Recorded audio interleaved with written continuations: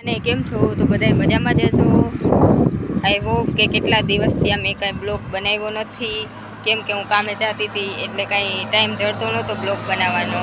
અને મેં છે ને એક્ટિવા લીધી છે અને જો હું તમને બતાવું,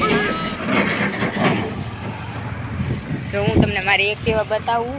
અને પહેલાં હું એ કહી દઉં કે હું છે ને એક્ટિવા અહીંયા શીખવા આવી છું વડાલના કેળે. જો આમ જવાય સીધું વડાલ અને આમ જવાય કાથરોટા. અને આ છોકરી મારી ભેરી આવી છે એટલે કે મારી બેનની છોકરી છે.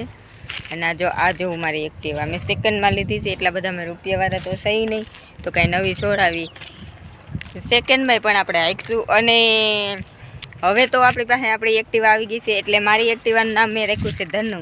અને એ ધનુને છે ને પાણી વારવા આવે, આપણે વરસાદ આવે ત્યારે આપણે ભાગ્યું રાખીશું પાછું, ત્યારે આપણે છે ને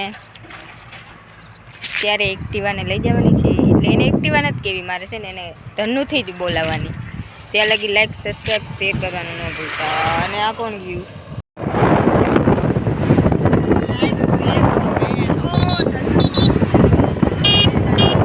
ધનુ આંકીને મને ગરમી સળી ગઈ એટલે મેં ધનુને મેલ દીધી. ને હવે જો મારે ધનુ આરે છેડખાની ચાલુ છે, મારી બેનની છોકરી છેડચાલી નથી પડવા દેવી. અને આ જો અમારી ગામ પાસે છે ને પૃથ્વી ધામ છે, એટલે આ થાન જેવું જ છે અને ત્યાં ફરવા જેવું છે અંધુય. અને પણ એ છે ને અમે ત્યાં જતા નથી, કેમ કે અમને કોઈ ત્યાં જવા નથી દેતા. આમાં શું કરું, એવું જ કહેવાય.